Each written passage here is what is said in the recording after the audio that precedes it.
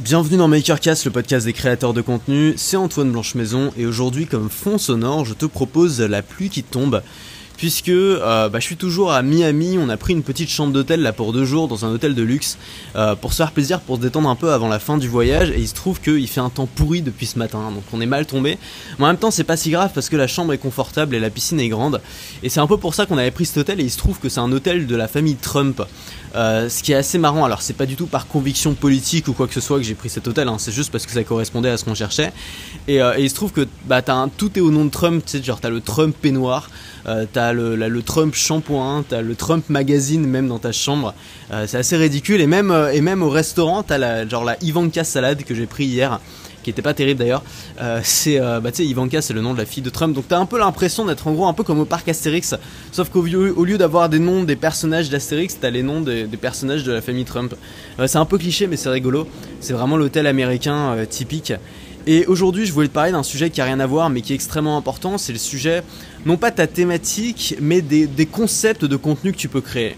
Et peut-être qu'aujourd'hui t'es dans cette situation où où tu t'es lancé dans la création de contenu, peut-être dans la création d'un blog, peut-être dans la création d'un podcast, peut-être dans la création d'une chaîne YouTube, peut-être dans la création d'un compte Instagram ou je ne sais quoi. Et quand tu t'es lancé, forcément, tu n'avais pas encore l'expérience nécessaire pour avoir de bonnes idées et pour faire quelque chose de totalement innovant. Et donc du coup, tu as suivi un peu ce que faisaient les autres. Peut-être que c'était un ami à toi qui faisait ça et tu as refait un peu la même chose que lui. Peut-être que c'était un formateur et tu as décidé de faire un peu comme lui. Peut-être que c'était, une tendance, une mode que tu as suivi et tu t'es dit, bon, ça a l'air sympa, tout le monde fait des vlogs en ce moment, je vais lancer mon vlog par exemple. Et puis aujourd'hui, tu te retrouves à faire un peu un contenu où tu as l'impression que c'est pas vraiment innovant en fait, ça sort pas vraiment de l'ordinaire, c'est un peu du contenu suivi et tu te demandes comment tu vas faire pour te démarquer par rapport aux gens qui sont dans la même thématique que toi, qui sont là depuis beaucoup plus longtemps que toi, qui ont beaucoup plus d'expérience et qui sont positionnés en tant que leader parce que parfois c'est eux qui ont inventé un concept ou alors c'est eux qui ont popularisé un concept et toi tu te retrouves seulement dans une situation de quelqu'un qui a repris ce concept, qui s'est approprié ce concept mais qui est toujours en position de suiveur et qui sera jamais à la hauteur de la personne qui est numéro 1 dans cette thématique. Et parfois tu vois un concept génial, tu vois quelqu'un qui a fait quelque chose et tu te dis mais c'est génial, j'aurais dû y penser quoi, c'est génial son truc.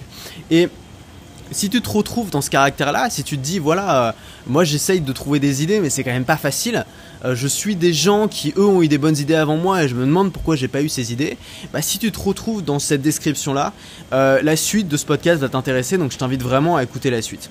Moi j'ai remarqué une chose, c'est que dans la création de contenu comme même ailleurs, on va voir pas mal d'exemples, souvent il y a quelqu'un qui a une idée originale, vraiment une idée qui sort totalement de l'ordinaire. Mais c'est rarement cette personne-là qui en fait quelque chose de populaire, qui arrive à populariser cette idée. Parce que des idées, finalement, n'importe qui peut en avoir. On est très nombreux sur Terre, on est très nombreux à avoir eu des idées. Et il suffit pas, on sait tous, il suffit pas d'avoir une bonne idée pour faire une entreprise à succès ou pour faire une super chaîne YouTube. Il faut aussi avoir du talent. Donc souvent, tu as une personne qui a l'idée originelle, qui essaye de faire quelque chose avec, mais ça décolle pas vraiment. Puis tu as une deuxième personne qui reprend cette idée-là, qui reprend ce concept-là, avec talent, et qui en fait quelque chose de génial, qui en fait quelque chose d'extraordinaire, de bluffant.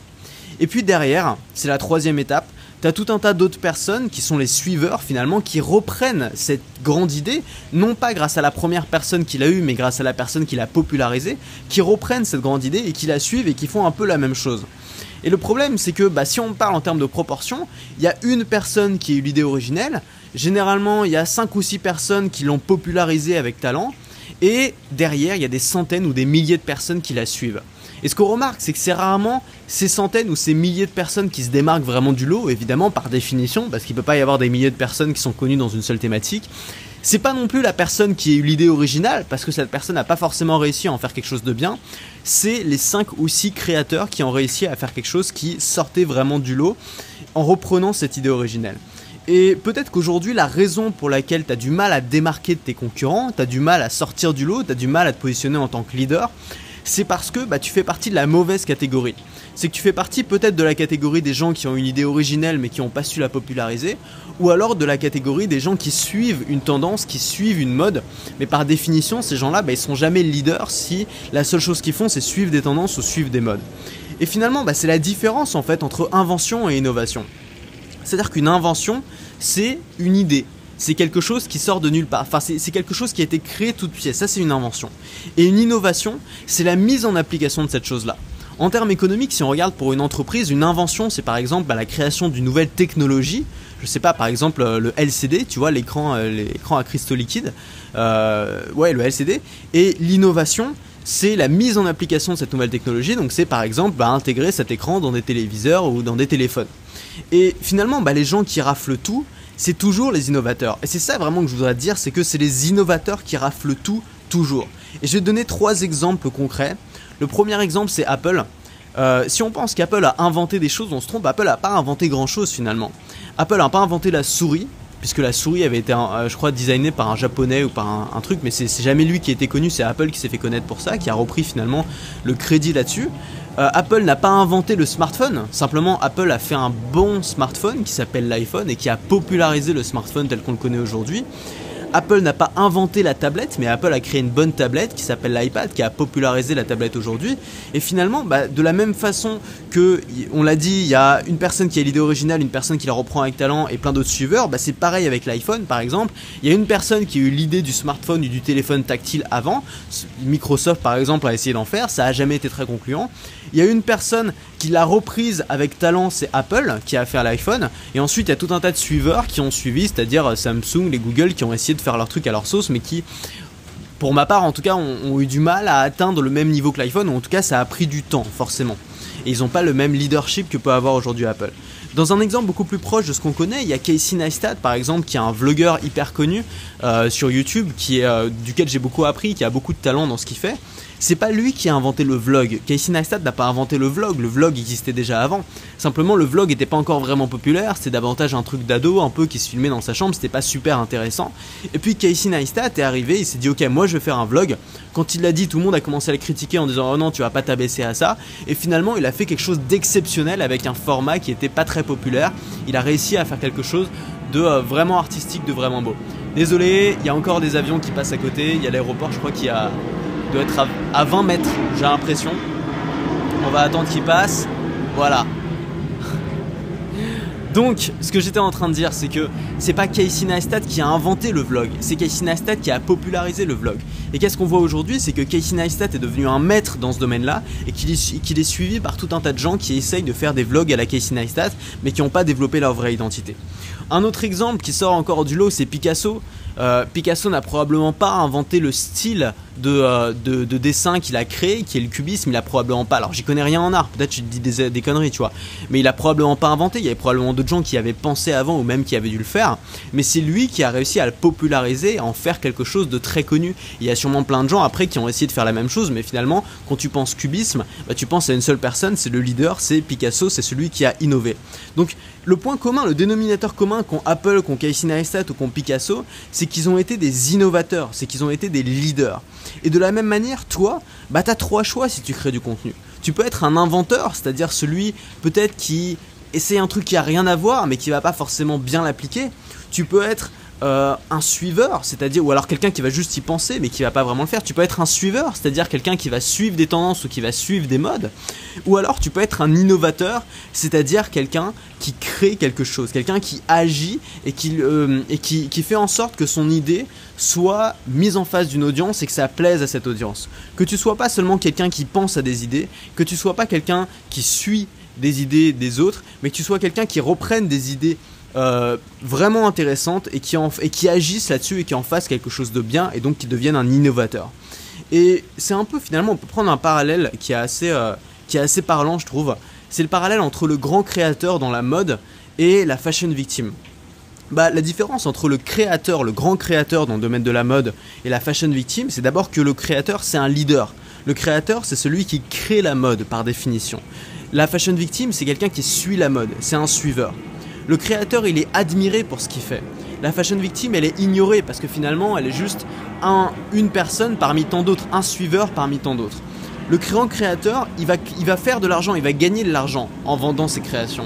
La fashion victime, elle va dépenser de l'argent en achetant ses créations. Et puis le grand créateur, finalement, ça va être le winner, ça va être le gagnant, alors que la fashion victime, comme son nom l'indique, ça va être la victime. Et en fait, je pense que dans la création de contenu, il y a aussi des grands créateurs et des fashion victims. Et finalement, les fashion victims, c'est qui? C'est ceux qui arrivent toujours après la vague, ceux qui arrivent toujours après la grande tendance, ceux qui vont suivre quelque chose, qui vont suivre une mode, ou alors qui vont suivre un grand leader. Les fashion victims du contenu, elles vont se faire ignorer de la même façon que les fashion victims de la mode, parce qu'elles n'auront pas vraiment de propositions de valeur différentes, elles vont simplement faire comme tous les autres qui suivent cette tendance. La fashion victime du contenu, c'est pas celui qui va gagner le plus d'argent, c'est celui qui va récolter les miettes une fois que le créateur, une fois que l'innovateur aura pris la plus grosse part. Et puis la fashion victime, comme son nom l'indique, dans le contenu, ça va être une victime. Ça va pas être celui qui va gagner, ça va être celui qui va perdre. Et ce que je voudrais dire, c'est que en fait, c'est normal de commencer en étant une fashion victime. Je pense que la plupart des grands créateurs ont commencé en tant que fashion victime, ont commencé en tant que passionnés de mode avant de devenir créateurs, et je pense que c'est exactement la même chose dans la création de contenu. Moi, je te le dis tout de suite, j'ai pas démarré en tant qu'innovateur dans la création de contenu, j'ai démarré en faisant exactement la même chose que ce que faisaient d'autres gens. J'ai attendu que ça marche, j'ai vu que ça marchait un petit peu mais que je récoltais que les miettes. Ensuite j'ai essayé de bifurquer, d'ajouter un peu mon identité, d'ajouter mon style, ma façon de parler, mes idées, mes éléments graphiques, tout ça. Puis j'ai essayé finalement au bout d'un moment de me positionner un peu plus comme un leader et de poser mes propres idées et d'essayer de nouveaux concepts. Et alors il y a encore un avion qui est en train de passer, je pense qu'on va y arriver. On va arriver au bout de ce podcast, on va le faire.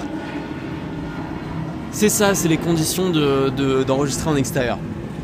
Donc ce que je voulais dire, c'est que c'est normal de commencer en tant que suiveur, c'est normal de commencer en tant que fashion victime. C'est exactement comme ça que j'ai commencé, c'est exactement comme ça que la plupart, même des génies ou des gens qui ont fait un truc extraordinaire ont commencé. Ils ont commencé en suivant une tendance, parce que quand on débute, on n'a souvent pas encore l'expérience ou le recul nécessaire pour pouvoir vraiment inventer quelque chose de nouveau. Et moi, ce que je te propose aujourd'hui, c'est de passer à l'étape suivante. Ce que je te propose, c'est de faire le saut entre suiveur et leader, de faire le saut entre suiveur et innovateur, de faire le saut entre fashion victime et grand créateur, c'est-à-dire de devenir un grand créateur, de créer un concept original, de partir en tout cas d'un concept original et de créer une vraie tendance à partir de ça. Alors soyons clairs, c'est pas quelque chose de facile et c'est pas quelque chose de rapide. Ça veut dire que ça va prendre du temps à mettre en place. Moi, ça m'a pris des années et aujourd'hui, je suis encore en train de travailler dessus. Évidemment, je pense qu'on s'arrête jamais finalement de travailler dessus. Et puis, c'est pas quelque chose de facile parce que ça demande de remettre en cause plein de choses. Ça demande aussi de prendre des risques, de repartir de zéro quand parfois on a quelque chose qui marche bien. Parce que quand t'es quelqu'un qui innove, qui crée quelque chose de nouveau et qui part d'un nouveau concept, finalement, t'es un peu comme un explorateur qui est là avec sa machette et qui est obligé de faire de la déforestation pour pouvoir avancer, c'est-à-dire de couper toutes les branches qui sont devant lui parce que personne ne l'a fait avant. Évidemment, c'est toujours plus facile d'être dans le sillon de quelqu'un, d'être derrière parce que la personne a ouvert la voie, la personne a fait les tests à notre place. Mais c'est pas forcément dans cette position-là qu'on peut se positionner en tant que leader. Donc c'est pas quelque chose de facile. Et moi, ce que je voudrais te faire aujourd'hui, c'est de t'aider à y arriver en te donnant un point de départ. Donc ce que j'ai fait, c'est que je me suis creusé la tête, je me suis posé à mon bureau et j'ai listé 40 idées créatives et originales pour créer du contenu radicalement différent cette année. Peu importe ta plateforme, que ce soit en vidéo sur YouTube, que ce soit sur un blog, que ce soit dans ton podcast, que ce soit sur les réseaux sociaux, sur Facebook, sur Instagram, que ce soit aussi par mail pour relancer ta stratégie mail ou alors même en utilisant des nouvelles technologies comme les chatbots. J'ai listé 40 idées parmi lesquelles il y a des idées qui ont été créées dans des podcasts ou dans des contenus américains qui n'ont pas été adaptés en France et qui devraient vraiment, je pense, être adaptés en France. Parmi lesquelles il y a des idées qui ont juste jamais été faites sur cette plateforme et qui pourraient vraiment cartonner. Et si moi aujourd'hui je devais démarrer de zéro et créer un concept original de contenu, que ce soit sur un blog, sur les réseaux sociaux, sur Facebook, en vidéo ou en audio, je piocherais directement dans cette liste parce qu'il y a plein de bonnes idées, il y a plein de points de départ utiles sur lesquels tu peux partir. Et ce que j'ai fait, c'est que de cette liste de 40 idées, j'ai décidé d'en faire une formation et donc je me suis enregistré en train de te détailler chacune de ces idées pour t'expliquer pourquoi et comment tu peux les mettre en place directement cette semaine le plus rapidement possible. Donc ce qui va se passer, c'est que tu as cette formation qui est prête, qui est dans ton espace membre. Tu auras accès à toute une série de vidéos qui vont t'expliquer chacune de ces idées, comment tu peux les adapter aujourd'hui dans ton business et dans ton contenu. Et tu auras bien sûr accès à la fiche écrite avec les 40 idées sur lesquelles tu auras juste à piocher. L'idée c'est d'en tester quelques-unes, une ou plusieurs, pas simplement de lire cette fiche et de suivre cette formation et de te dire ok, il y a des bonnes idées, on verra plus tard, mais vraiment d'en tester tester et de voir ce que tu peux faire, parce que c'est vraiment sur ces idées-là, ou sur des idées comme ça en tout cas, que tu peux te positionner en tant que leader et créer un nouveau courant, exactement comme Casey Neistat a pris l'idée du vlog et a créé un nouveau courant autour de ça. Notamment dans cette formation, tu vas apprendre comment transformer une journée banale en podcast passionnant, même si tu n'as pas beaucoup de temps dans ta journée. Le concept pour trouver automatiquement des idées de podcast sans fournir le moindre effort. L'idée toute bête pour créer un réseau de podcasts et dominer iTunes sans embaucher une seule personne et même sans travailler plus. C'est pas un truc que j'ai sorti de mon chapeau, c'est un truc que fait un seul podcasteur français que je connais qui le fait. Qui a un énorme succès sur Apple Podcasts, qui d'ailleurs arrive à vivre de ses podcasts uniquement via les dons, tellement il a développé une grosse audience, et qui reste absolument tout seul dans sa boîte, simplement par cette idée simple que, d'ailleurs moi j'ai hésité à le faire pour moi, finalement j'ai décidé de pas le faire, mais c'est vraiment un truc tout con qui fonctionne très bien. Si aujourd'hui notamment t'as un problème d'audience, t'arrives pas à développer de l'audience sur ton podcast et t'as envie de te décliner un petit peu, deux techniques ensuite qui ont été vues sur iTunes pour créer un podcast quotidien, même si on a un agenda de ministre, donc même si tu n'as vraiment pas de temps dans ta journée, c'est des techniques qui fonctionnent, que j'ai déjà vues et que je vais te partager, je vais te donner les exemples que j'ai trouvés. Comment transformer tes vacances en vidéos passionnantes et utiles, histoire que la prochaine fois que tu partes en vacances, tu reviennes pas juste avec de l'argent perdu, mais que tu reviennes avec un nouveau concept. Une application pour iPad qui peut te permettre de créer des vidéos à tomber par terre, une nouvelle façon de faire des vidéos grâce à une application toute simple. Comment transformer l'application Notes de ton téléphone en canal de trafic. Ça c'est une idée que j'ai eue, que j'ai voulu faire, que j'ai voulu mettre en place. J'ai même fait le test en fait pour tout te dire. J'ai fait le test grandeur nature, j'ai enregistré un épisode et finalement j'ai abandonné parce que ça me convenait pas et parce que j'avais déjà, enfin voilà, ça faisait trop pour moi. Mais du coup je te la laisse, c'est une idée vraiment que tu peux prendre, qui est je pense une bonne idée. Il y a un outil qui va te permettre de faire ça extrêmement facilement. Un blog génial qui aurait dû être adapté en français depuis longtemps. Et la voix est libre parce que personne ne le fait, donc c'est vraiment un truc, c'est un blog américain qui est extraordinaire, qui cartonne totalement aux États-Unis et bizarrement j'ai vu personne faire la même chose en France, donc la voix est libre si tu veux le faire. Ensuite on va voir comment devenir le pape de ton domaine avec une simple page web, c'est-à-dire juste, alors ça paraît un peu extrême mais c'est vrai, juste avec une simple page web tu peux devenir une référence dans ton domaine et je vais t'expliquer comment. Ensuite la méthode pour cartonner sur Facebook en faisant exactement l'inverse de tout le monde, c'est-à-dire que tu vas oublier tout ce qu'on te dit sur Facebook, sur les bonnes pratiques de Facebook, sur ce qu'on doit faire quand on est sur Facebook. C'est souvent fait par des gens qui font absolument rien sur Facebook. Moi j'ai testé une technique qui fonctionne extrêmement bien et que tu peux faire comme même canal principal pour créer du contenu, notamment si tu passes beaucoup de temps sur Facebook, tu peux rentabiliser ce temps-là. Ensuite, alors ça paraît un peu idiot, mais c'est vrai, le bouton sur lequel il faut appuyer pour faire connaître ton podcast rapidement. Alors ça fait un peu, je me suis amusé un petit peu, je t'avoue, avec ces titres là, ça fait un peu des titres putaclic, mais en fait je plaisante pas, c'est aussi simple que ça et pourtant personne ne le fait. C'est-à-dire que si tu fais déjà un certain type de contenu, tu peux en appuyant sur un bouton faire connaître ce contenu extrêmement rapidement à une grosse audience. C'est quelque chose que j'ai pas encore fait mais que je vais bientôt mettre en place, je pense, d'ailleurs j'aurais pu le faire là mais j'y ai juste pas pensé.